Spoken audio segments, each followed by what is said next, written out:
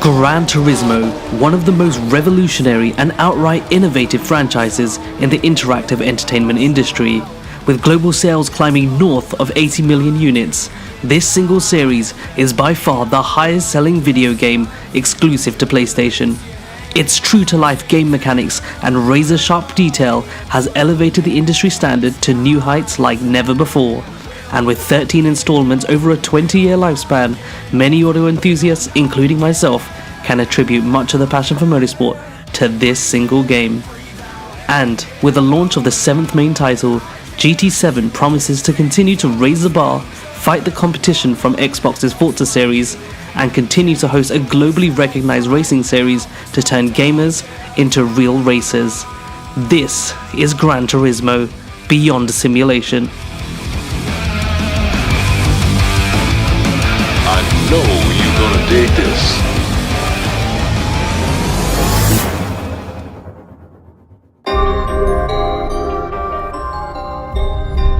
This is a story that begins like many in the past. It's a story of driving for perfection, where one man's lifelong ambition is to share a growing yet far-fetched community of auto enthusiasts out with the world. It's about a man who spearheaded a revolutionary game design company and is now forever immortalized as a modern architectural great. Kazunori Yamauchi. A name that echoes words such as perfection or resilient with every call of the name. Kazunori, or as the industry would refer to him as Kaz, is the CEO of Polyphony Digital and is revered in Japan and Sony Entertainment as one of the most influential game designers of all time. Now, it'd be reasonable for the average viewer to have never come across the name or Polyphony Digital before. It certainly doesn't carry the same kind of precedent as other industry giants including Activision, EA or Ubisoft does. In fact, this company was created for one launch title and one launch title only. A racing game that was for the real racers. Gran Turismo, the real driving simulator. This was envisioned to be the ultimate video game for both casual and more dedicated racing enthusiasts.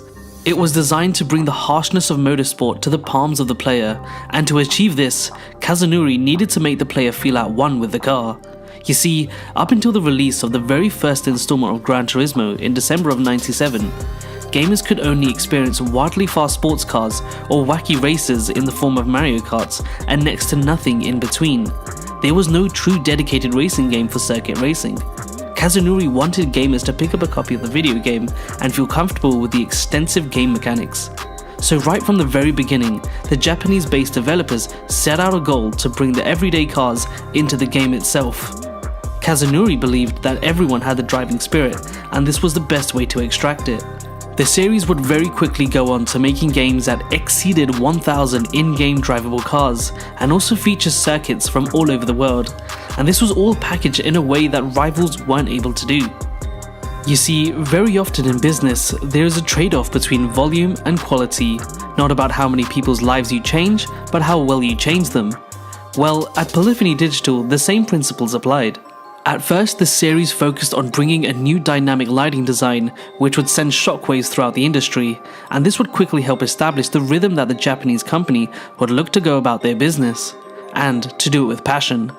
But it wasn't until 2 years later that the game quickly expanded to showcasing over 600 drivable cars, and come the next generation launches with the PlayStation 2, well, Sony Entertainment were ready to show off the capability of their brand new console, and to help them achieve this, at E3 2000, the world was blown away by the third installment of Gran Turismo. Now, in later years, Kaz admitted that his team's efforts on the third game were rushed, and in many ways cut short, down to impending deadlines that Sony had held them to. A playable racing game had to be available at the time of launch for the next-gen console, but the men and women at Polyphony Digital were only midway through their build. Kazunori had no choice but to pull the plug early and make the game as polished as physically possible come release date. The release did what it was intended to do. It was the poster boy, and with it, the name of the final release was altered to Gran Turismo 3 A-Spec. This was intended to demonstrate that Sony is number one in every genre, but Kazunori wasn't convinced until his team had produced a fully loaded title. And mere weeks after the launch of GT3, work commenced in the next installment. And this time with all the added time and power. This time, the player would get to experience everything. Gran Turismo 4 would release in Japan in late of 2004 and March the following year in the rest of the world. It was received with monumental grandeur and critically acclaimed reviews from global publications. The gap between reality and the virtual space had considerably shrunk, all in favour of the new release. But for hardcore simulator enthusiasts, there was more than just pretty lighting and more realistic weather systems to win them over. Gamers and even test drivers pegged themselves at the game just to test out how realistic the game physics were and how true to life handling was to real life cars. Perhaps none more notorious was the head-to-head review conducted by Top Gear's Jeremy Clarkson, who at the time drove the Honda NSX at the real-life Laguna Seca racetrack and then again on the GT4 simulator. I am going to pick a track. I'm going to go for a real one that exists in real life, Laguna Seca. Here we go. Flying start. I want to cross that line at 100 miles an hour. He pointed out that adjusting one's braking mid-turn in a real car could cause loss of control, and also mentioned that the same was true for the game. He was compelled to take bigger risks than he would in real life, and that in-game the car did not suffer from brake fade. Beyond the realism of the game, the ethos of GT was to ensure that the game had featured as many cars as possible, and the Tokyo-based team didn't hold back by pushing the official car list to over 70 vehicles from 80 manufacturers. To put it simply, this was a huge step for the franchise, but more importantly, the entire racing segment. There's a fantastic video which covers this title in much more detail by the Purple Guy 123. I'll leave a link in the description to his channel, and I'm sure for much of you watching this will bring back a lot of fond memories of the game.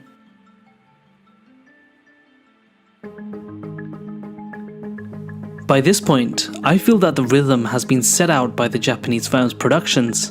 Big numbers, unbeatable graphical fidelity, and simulator-esque physics systems. It'd be enough for the company to continue this formula of game design for the many years and consoles to come, and that would be more than enough for fans to indulge over. After all, what can really be done with the limitations of a couple of $100 gaming consoles? How much more creative could a racing game become? But what is a magician without one more trick?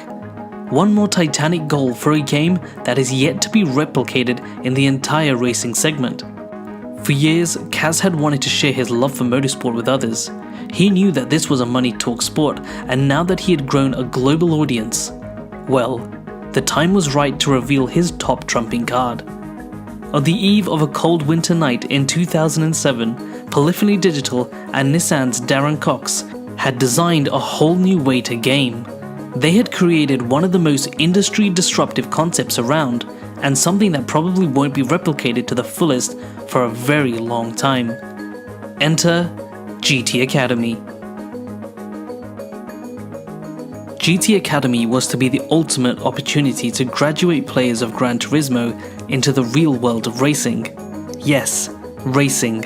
It was a competition which was open to anyone, meaning that no matter what part of the world you were from, or what kind of social or economic demographic you were a part of, you could peg yourself against the game and qualify towards a military-style training camp with Nissan.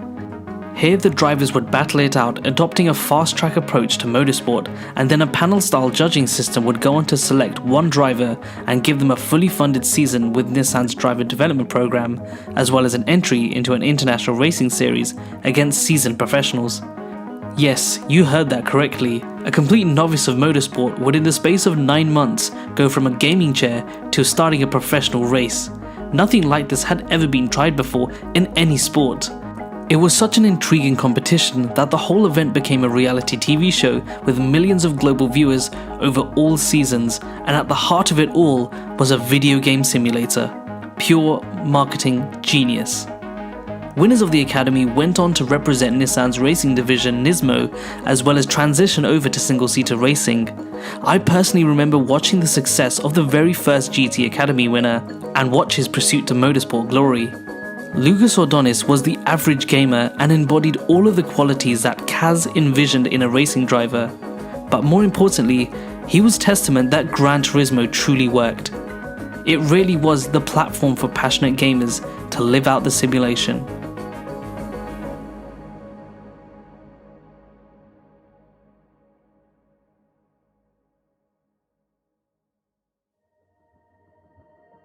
For as long as I can remember, car culture was always about appreciating the craft and the creativity of one another's build. Car culture was and still is about telling a story and creating a narrative behind each and every single vehicle. It's to see the machines not just as a utility, but also to see them as conduits of ingenuity, showing off personality and characteristics that go beyond the faces of engineering. Now, this idea of car culture was a core pillar of the Gran Turismo franchise, where the developers nod towards the art of car photography, both in the amateur and professional spheres. Now, modern games take this photo mode for granted and often pass this off as a gimmick of the game, but for more veterans of the genre, well, they can really look back and appreciate that GT pioneered a photorealistic capturing system that was several paces ahead of anything else on the market. The depth of realism of such a mode gave everyday people a way to learn about different mechanics of optics, range, ISOs, as well as focal length and apertures. Now, I can liken this as an entry-level course into car photography, and on a more personal note, it for sure contributed to my own interest into filmmaking. This is actually one of the very first photos I took back in 2010 in the GT5 photo mode on the PlayStation 3. Now, I can recall how impressed I was with the bokeh effect around the silhouette of the Maserati and in the incredible depth of detail into the headlights.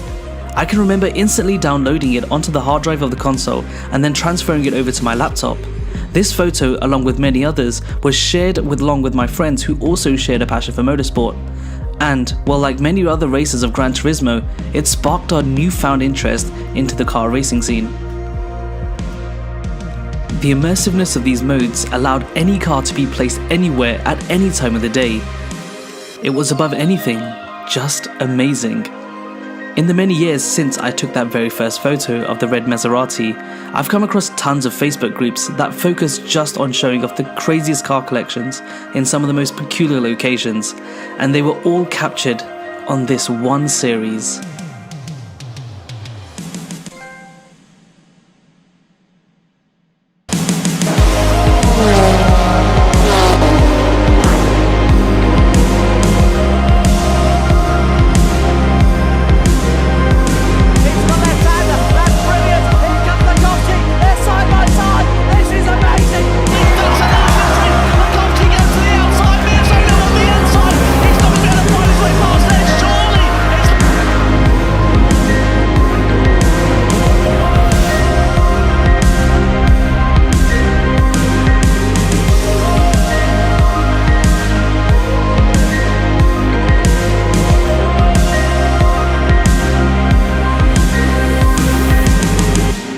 自動車文化とは何かというのはすごく幅広いですよね。自動車文化の幅というのは車というのは、工業製品の中では、最も美しい工業製品の一つだと思いますけれども、その車の形の美しさ、それを愛するというのもカルチャーでしょうし、と同時にその車は、自分でドライブすることもできる、人間が運転することもできるわけですね。でそういったその人間の能力を超えたハイパフォーマンスなマシンを操るっていう、カーカルチャーの一つだと思いますし、あと、世界中にはたくさんの個性的な車があります。あるいはそれには長い歴史があります。でそういった車たちを例えばコレクションするっていうのもね、カーカルチャーの大事な側面だと思います。でしかも、その車を例えばチューニングパーツをつけてパフォーマンスを上げたりとか、あるいはセッティングを変えて車の動きを変えたりとか、そういったこともね、車を楽しむ文化の一つですから、カーカルチャーっていうのは本当にいろんな側面を持っています。グランツーリスモ7ってやっぱり総合的なタイトルなんですね。でいろんな遊び方が考えられる、速く走る、車を集める、リバリエーターでリバリーをデザインする、あるいは写真を撮る、いろんな遊び方ができます。でそれら全てがカーライフなんです。